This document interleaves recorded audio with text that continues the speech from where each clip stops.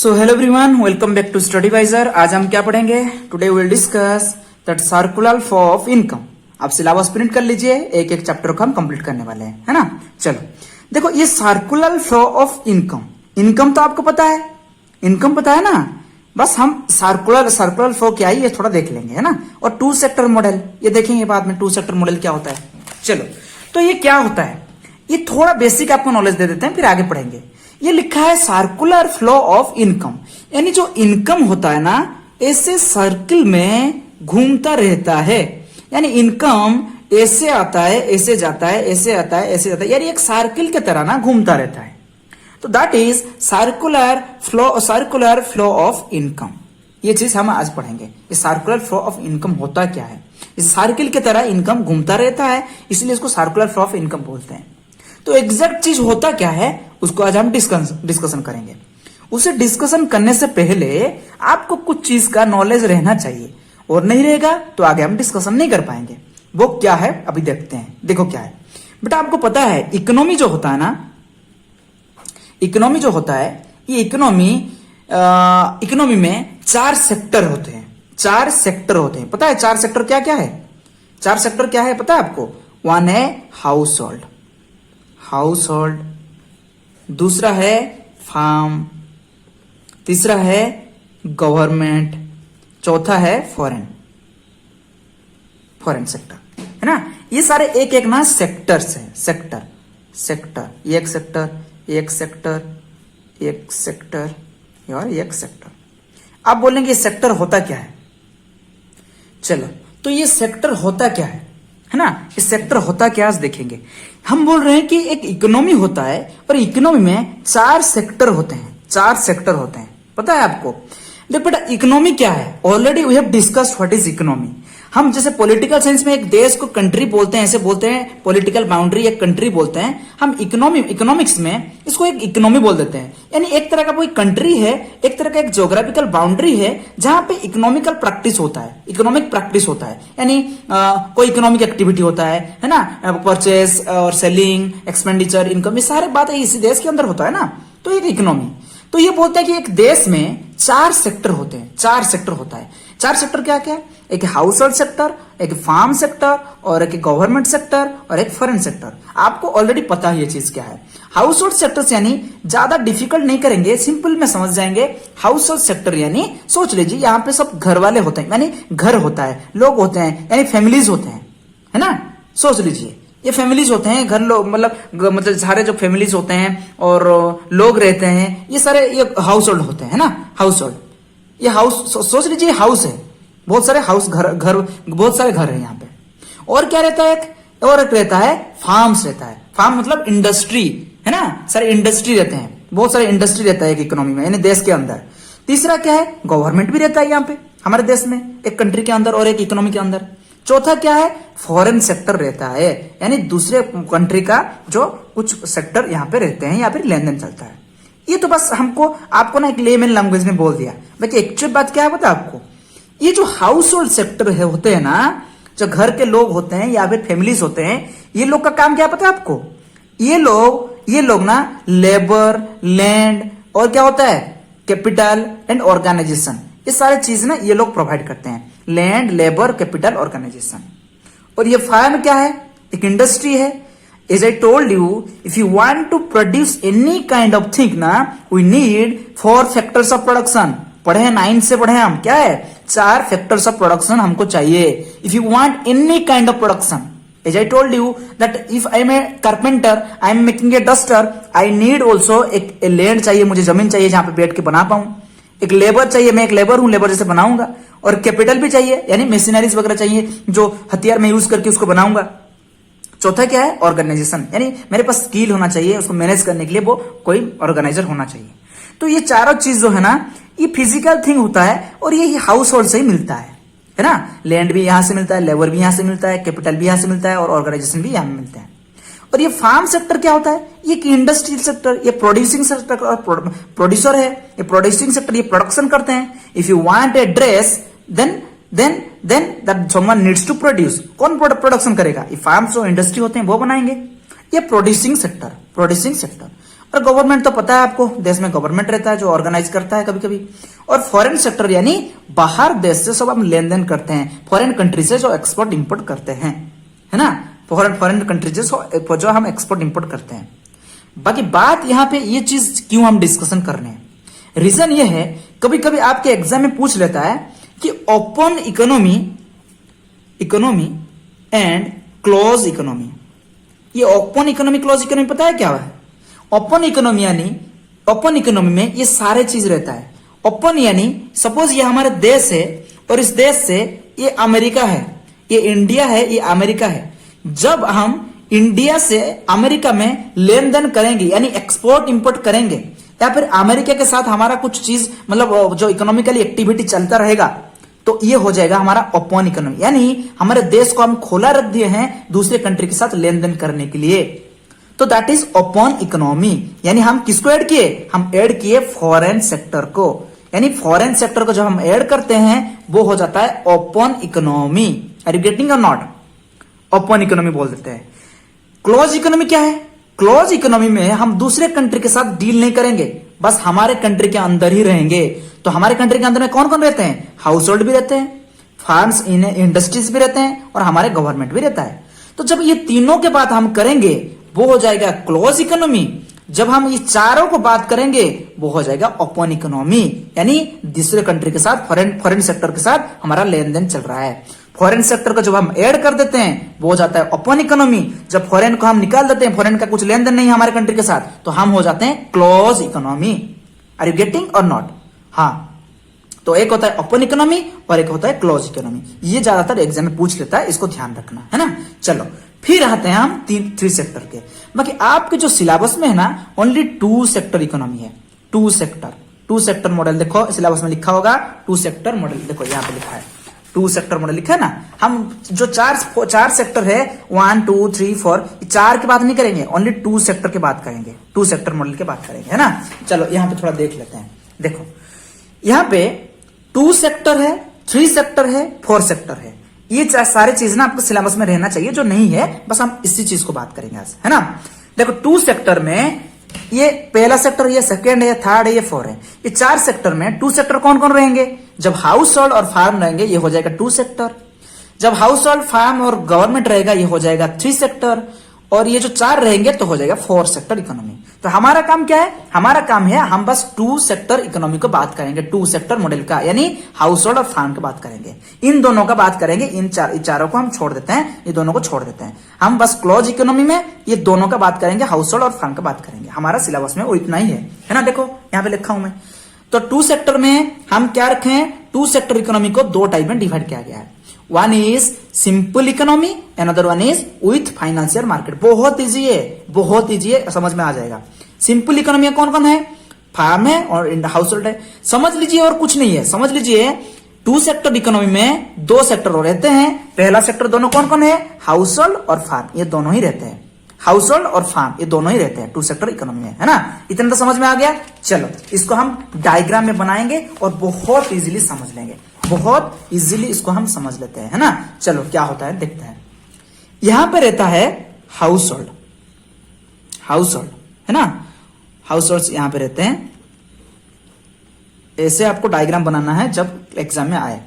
तो यहां पे आता है फार्म्स। फार्म्स मतलब industry, that is producing sector, जब बनाते हैं चीज सामान को, है ना।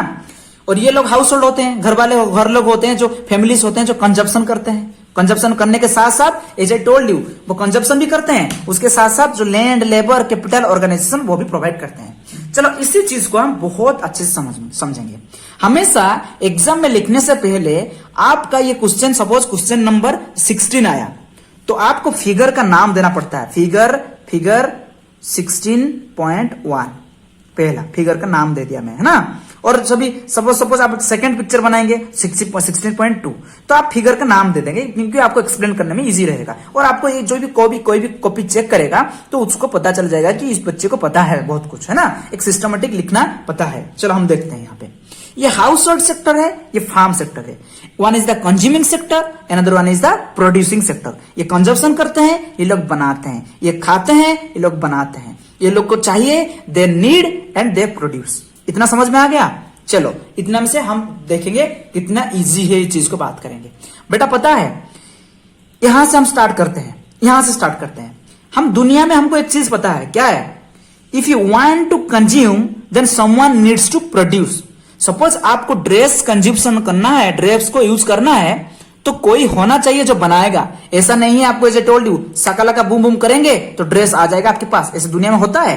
ये बस फिल्मों में होता है, ऐसा नहीं होता है। तो आपको कंजप्शन करना है तो कोई बनाना पड़ेगा। सब बोलेंगे सर आपको ड्रेस चाहिए तो हम दुकान में ले लेते हैं। अरे दुकान में कैसे लेंगे जब वो बनाएंगे नहीं कोई?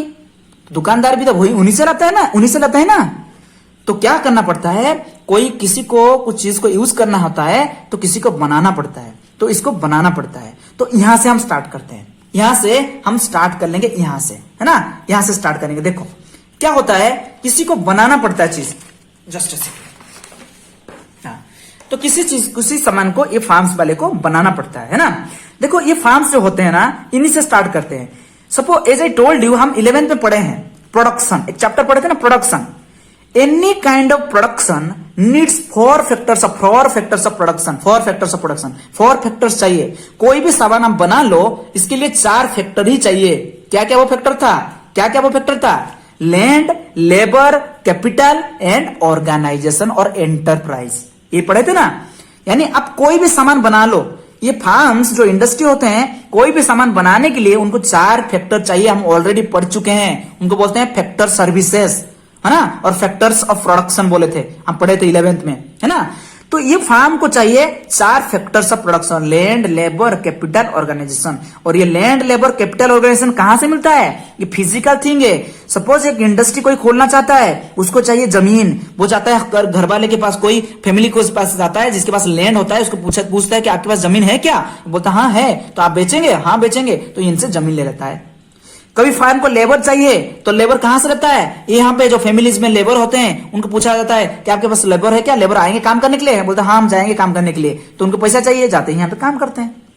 कभी चाहिए उनको क्या चाहिए? कैपिटल, यानी एक तरह का मनी होता है। मनी ऑल्सो एक part of capital, money is the capital also. तो यहाँ पे कैपिटल चाहिए, किसी से उधार ले लेते हैं यहाँ से। और एंटरप्राइज यानी कोई ऑर्गेनाइजर होता है जिसका स्किल नॉलेज प्रोवाइड करता है, वो भी एक इंसान है, वो भी यही हाउस होल्ड से ही आता है। तो लगातार हम देखे कि फार्म्स को क्या चाहिए था? लैंड, लेबर, कैपिटल, ऑर्गेनाइजेशन चाहिए। वो कहां से मिलेगा? वो यहां से ही मिलेगा, यहां से ही मिलेगा। देखो मैं कैसे पिक्चर बना रहा हूं, देखो कैसे पिक्चर बना रहा हूं। मेरा पिक्चर बहुत घटिया है, मुझे पता है, थोड़ा एडजस्ट कर लेना। देखो ये हाउस होल्ड से जो लैंड, लेबर, कैपिटल और ऑर्गेनाइजेशन, तो यहां पे लिखते हैं लैंड, लेबर, कैपिटल और एंटरप्राइज लिख सकते हैं, और ऑर्गेनाइजेशन लिख सकते हैं, एंटरप्राइज। ये जो चारों चीज है ना बेटा, कहां से मिला? ये फार्म्स को पहले ये चारों चीज चाहिए, वरना वो ड्रेस नहीं बना पाएगा। ये ड्रेस कैसे बनाएगा? आपको ड्रेस चाहिए तो ये किसको बनाना पड़ता है? तो ये चीज, चारों चीज यहां से उसको मिलेगा। तो यहां से देखो, यहां मिल गया, उसको मिल गया ना। देखो बेटा, दुनिया में हम इकोनॉमिक्स में बात करते हैं, कभी फ्री चीज को हम बात नहीं करते हैं। भुक्कट में कोई चीज हम नहीं करते हैं, फ्री में कोई चीज हम यूज नहीं करते हैं। तो जब इन्हीं से ये चीज ये लेगा तो इनको क्या फ्री में काम करना पसंद है? नहीं, इसके बदले उसको देना पड़ता है, कुछ देना पड़ता है। इसको क्या बोलते हैं बेटा? Factor services. क्या है? Factor services. और इसके बदले ना उनको कुछ देना पड़ता है। क्या देना पड़ता है पता है आपको? ये भी पढ़े थे हम, क्या पढ़े थे? Factors payment. क्या है वो? लैंड जब लेता है फार्म्स यहां से, उसके बदले देता है रेंट, यानी जमीन लेता है तो उसके बदले रेंट देता है। रेंट अब पता है, जब हम किसी के घर में रहते हैं, रेंट देते हैं तो रेंट देता है। जमीन लेता है तो रेंट देता है। जब लेबर काम करवाता है यहां से, उनको वेजेस देता है, वेजेस देता है। जब कैपिटल लेता है यहां से, तो मनी लेता है यहां से, उसके बदले उनको इंटरेस्ट देता है, इंटरेस्ट देता है ना। और जब एंटरप्राइज यहां से लेता है, ऑर्गेनाइजर लेता है, उसके बदले उनको प्रॉफिट देता है। जो ऑर्गेनाइजर रहेगा यहां से जाके, उनके जो प्रॉफिट रहेगा उसके साथ वो शेयर करता है। यानी जो ये चीज फिजिकल थिंग्स यहां से लिया, उनके बदले ये सारी चीज को उसको देना पड़ा, उसको बोलते हैं फैक्टर पेमेंट्स। देखो ये फैक्टर सर्विस लिया, उसको पेमेंट दिया। जब सर्विस लेते हैं, पेमेंट लेते हैं। बेटा मैं जब पढ़ाता हूं स्कूल में, तब मुझे पैसा मिलता है, यानी मैं सर्विस देता हूं, मुझे पेमेंट मिलता है। ये लोग यहां से लेते हैं तो उनको पेमेंट देते हैं। जब मैं सर्विस देता हूं तब क्या मैं मनी देता हूं? नहीं, मैं मेरा बस सर्विस देता हूं। Service is one kind of क्या है? फिजिकल थिंग, और आप बोल सकते हैं इनविजिबल थिंग। इसमें पैसा की बात नहीं होता है। जब यहां से हम पेमेंट मिलता है ना, ये पैसे के माध्यम से मिलता है। क्यों ये सब बोल रहा हूं कि आगे समझ में आ जाएगा क्यों ऐसे बोल रहा हूं। ये एक मनी के माध्यम से बोलता है। लैंड एक फिजिकल थिंग है, लेबर भी फिजिकल है, ये कैपिटल भी है, ये फिजिकल थिंग है। इसके बदले जो मिलता है ना, ये सारे चीज क्या होता है, इसके बदले मनी के हिसाब से मिलता है। रेंट भी एक मनी होता है, वेज भी एक मनी होता है, इस हिसाब से यह मिलता है ना। इतना से काम खत्म नहीं होता है। हम ये बोल रहे हैं कि सर्कुलर फ्लो ऑफ इनकम, यानी ये लोग को तो इनकम मिल गया, इन लोग को इनकम कहां से मिलेगा बेटा। हम इनकम की बात कर रहे हैं, हम सर्कुलर फ्लो ऑफ इनकम की बात कर रहे हैं। इनकम तो इन लोग को मिला, यहां से इनको इनकम मिल गया, इनको कहां से मिलेगा, इनको कहां से मिलेगा। देखो दुनिया में क्या होता है, someone's expenditure is another one's earning, यानी someone's expenditure is another one income। किसी का खर्चा करना है तो किसी को इनकम मिलेगा, कोई खर्चा करेगा तो किसी के हाथ में पैसा आएगा। आप दुकान में कुछ खरीदते हैं, दुकानदार के पास पैसा आता है। आप कहीं से जॉब करते हैं, वही कोई मतलब कंपनी वाला आपको देते हैं तो आपके हाथ में आता है। यानी someone's expenditure is another one earning। इतना तो समझ में आ गया। तो यहां से तो इनको इनकम मिल गया। मैं अभी बोल रहा था आपको, जो इनकम होता ना ऐसे सर्किल जैसे घूमता रहता है। आप बोलेंगे सर कहां घूमा, यहां से तो बस यहां आ गया। नहीं बेटा, यहां से भी यहां जाएगा। कैसे जाएगा पता है आपको। देखो ये लोग जब इनकम लेते हैं, हाउस होल्ड को तो इनकम मिल गया, तो बेटा ये जो घर वाले होते हैं, फैमिलीज होते हैं, इनको क्या कंजप्शन करना नहीं है, इनको खाना नहीं है, पहनना नहीं है। पहनना तो है ना। सपोज ये लोग ड्रेस, ये फार्म जो है, ये इंडस्ट्री जो है ड्रेस बनाता है, तो इनके पास तो इनकम यहां से आ गया, इनके पास पैसा आ गया। तो ये जो ड्रेस, इनको भी ड्रेस चाहिए, तो ये लोग ड्रेस कहां से लेंगे, कहां से लेंगे, ये कंपनी से तो लेंगे ना। तो ये लोग कहां जाएंगे दौड़ के, ये लोग दौड़ के जाएंगे यहां, हमको ड्रेस दे दीजिए, हमको ड्रेस दे दीजिए। बेटा एक बात बताओ, फ्री में दुनिया में कुछ मिलता है, फ्री में कुछ नहीं मिलता है। जब ये लोग जाते हैं ड्रेस लाने के लिए, तो इसके बदले क्या देते हैं, क्या करते हैं, खर्चा करते हैं, एक्सपेंडिचर करते हैं। यानी जितना इनकम हुआ था उसको खर्चा करेंगे। इसको बोलते हैं कंजप्शन, कंजप्शन एक्सपेंडिचर, एक्सपेंडिचर है ना, उसको बोलते हैं कंजप्शन एक्सपेंडिचर। किसके लिए खर्चा करते हैं, on goods and services, on goods and services. यानी ये लोग खर्चा करते हैं, ये लोग इनकम यहां से मिल गया तो इनको यहां से खर्चा किए ड्रेस लेने के लिए। बेटा जब इनको ड्रेस लेने के लिए खर्चा करते हैं, बस पैसा दे देते हैं, ड्रेस नहीं मिलता है। हाँ ड्रेस नहीं मिलता है सर, कैसे मिलता है, वो लोग खर्चा करते हैं तो इसीलिए तो ये लोग उनको ड्रेस देते हैं। इनको ड्रेस चाहिए, वो खर्चा किए तो ये लोग को ड्रेस मिल गया। तो ये गुड्स एंड सर्विसेज के लिए खर्चा किए, तो यहां से उनको गुड्स एंड सर्विसेज कहां से मिला, ये कंपनी से मिल गया, कंपनी से मिल गया सर्विसेज। देखो मैं कैसे किया, पिक्चर बहुत इजीली बना दिया ना, बहुत इजी है, सिंपल सा है। हम बोल रहे हैं कि इनकम जो होता है सर्किल के जैसे घूमता रहता है। कंपनी को कुछ चीज बनाना पड़ा, बनाने के लिए उसको चाहिए, चाहा 4 फैक्टर्स ऑफ प्रोडक्शन नीड हुआ तो वो यहां से 4 फैक्टर्स ऑफ प्रोडक्शन ले आया, उसको बोलते हैं फैक्टर सर्विसेज। और जब सर्विस देते हैं उसके बदले उनको क्या देते हैं, पेमेंट देते हैं। तो इसके बदले वो लोग इनको पेमेंट दिए, और पेमेंट बस ये लेके, पैसा लेके क्या किए, उनको भी चाहिए कुछ कंजप्शन करने के लिए, खर्चा करने के लिए, खाने के लिए। तो वो लोग वही गए यहाँ पे ड्रेस पहनने के लिए, ड्रेस जो कंपनी ड्रेस बना रहा था, तो इसको कंजप्शन एक्सपेंडिचर किए फॉर ड्रेस के लिए, और यहाँ पे ड्रेस के लिए खर्चा किए, तो यहां से उनको ड्रेस मिल गया। तो यानी इन लोग का भी इनकम हुआ और यहां से इन लोग का भी इनकम हुआ। यहां से इनकम होता है, यहां से इनकम होता है, यहां से इनकम होता है, यहां से इनकम होता है, यहां से इनकम होता है, यहां से इनकम होता है। ये जो क्या हुआ, इनकम से घूमता रहता है, expenditure and income, expenditure and income ऐसे घूमता रहता है ना। तो सपोज यहां से 100 रुपीज उनको इनकम मिलता है, ये सारे 100 रुपीज ना यहां से खर्चा हो जाता है। तो एक बात यहां पे हम आप ले सकते हैं, लिमिटेशंस ले सकते हैं, ड्रॉबैक्स ले सकते हैं। बाकी एक बात यहां पे ध्यान रखना पड़ेगा, जितना इनकम होता है इतना खर्चा करते हैं, इतना इनकम होता है उतना खर्चा करते हैं। यानी इनकम जो 100 रुपीज है ऐसे घूमता रहता है, घूमता रहता है, घूमता रहता है। That is circular flow of income, simple economy. समझ में आ गया, समझ में आ गया, इतना ही बात है और कुछ नहीं है।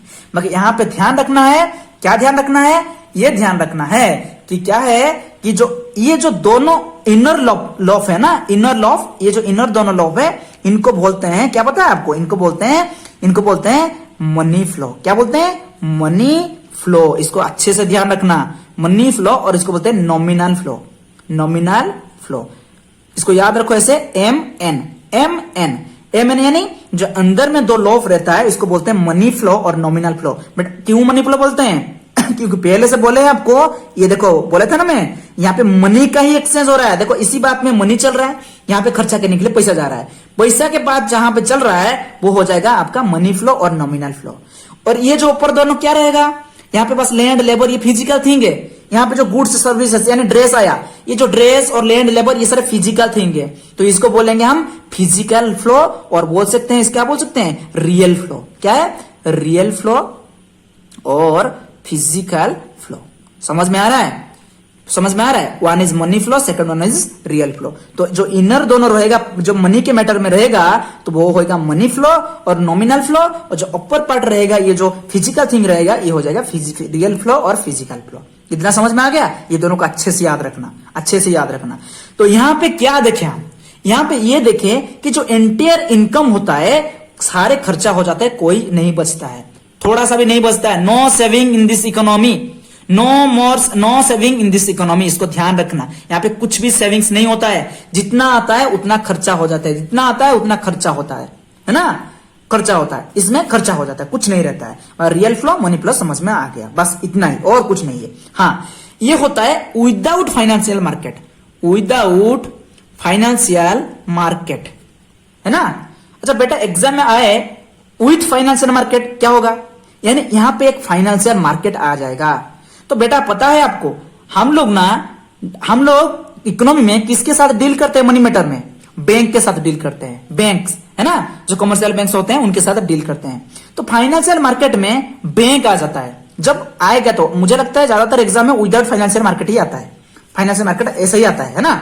जब आए तो आपको क्या करना है, यहाँ पे फाइनेंशियल मार्केट को ऐड करना है, यानी बस बैंक को ऐड करना है।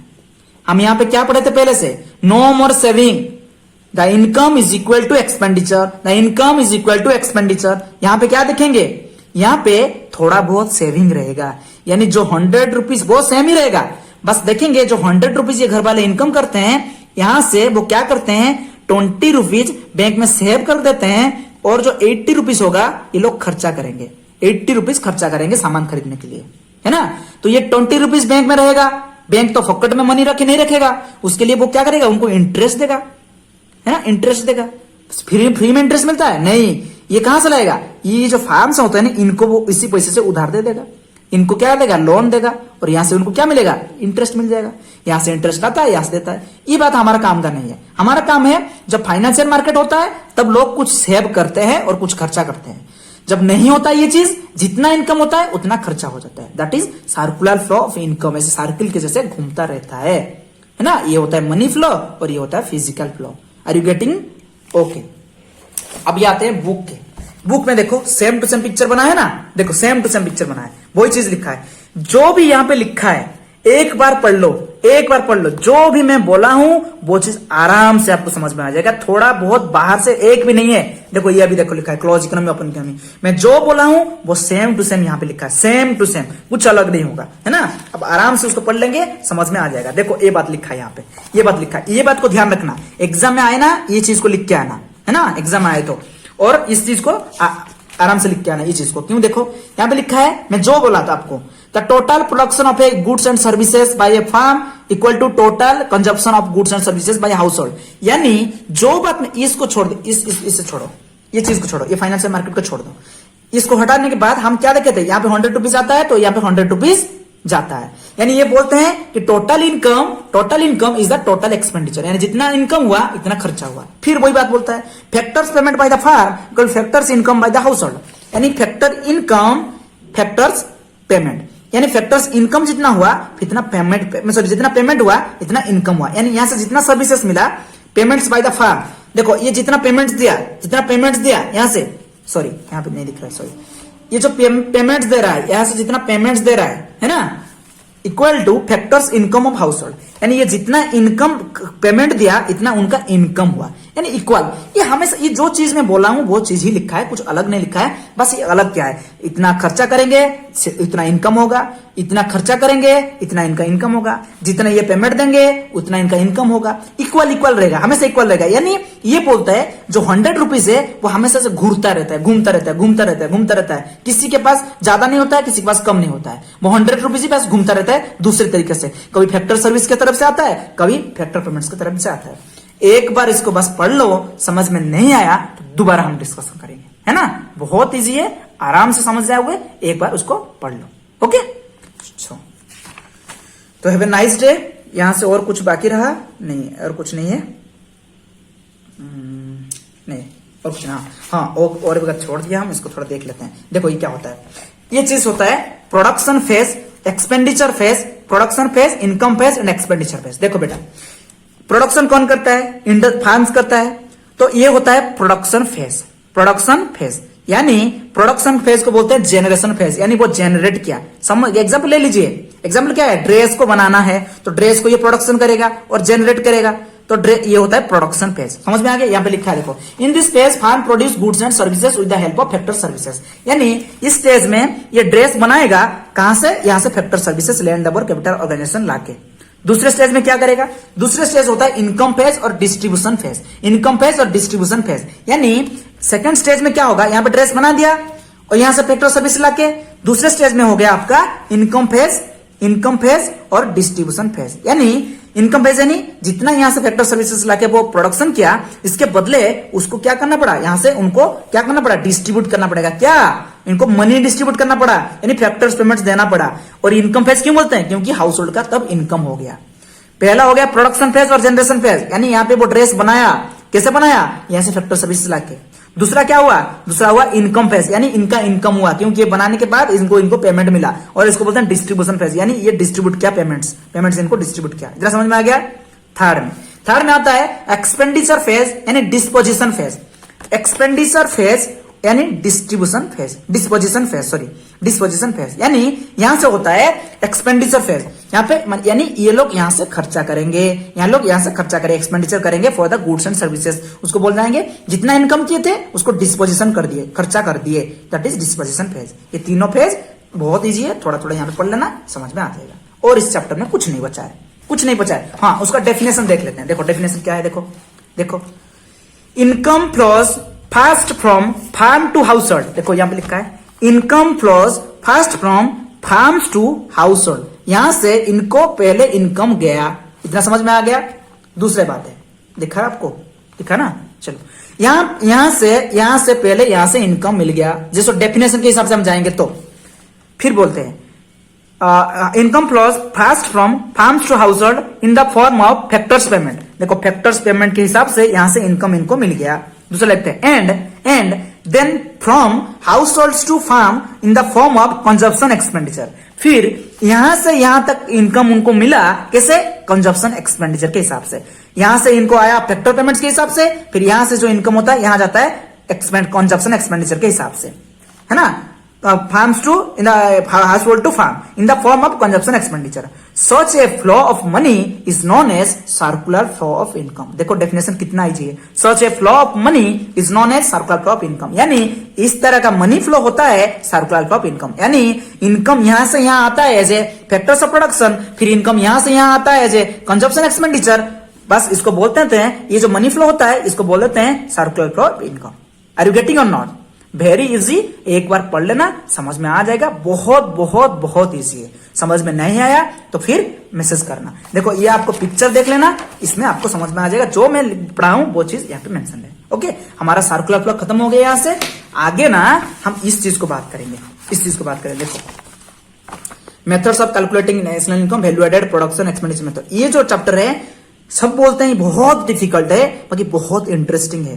थोड़ा थोड़ा डिस्कस करेंगे और जब भी हम पढ़ाएंगे इस चीज को आप बार बार कॉपी में बनाएंगे, बार बार प्रैक्टिस करेंगे, बार बार लिखेंगे, उसका जो मैथमेटिकल भी बनाएंगे तो बहुत इजी हो जाएगा चैप्टर। और इस चैप्टर से सबसे ज्यादा मार्क्स आता है, सबसे ज्यादा मार्क्स आता है, ज्यादा तो नहीं 10 मार्क्स आता है। इस चैप्टर में 10 मार्क्स आता है। बहुत 6 मार्क्स तो एक मिल जाएगा मैथमेटिकल और 4-5 थियोरेटिकल मिल जाएगा, तो 10 मार्क्स आएगा। तो यहाँ पे हम देख लेंगे, बहुत इजी है, एक बार डिस्कस कर लेंगे। चलो, have a nice day, take care.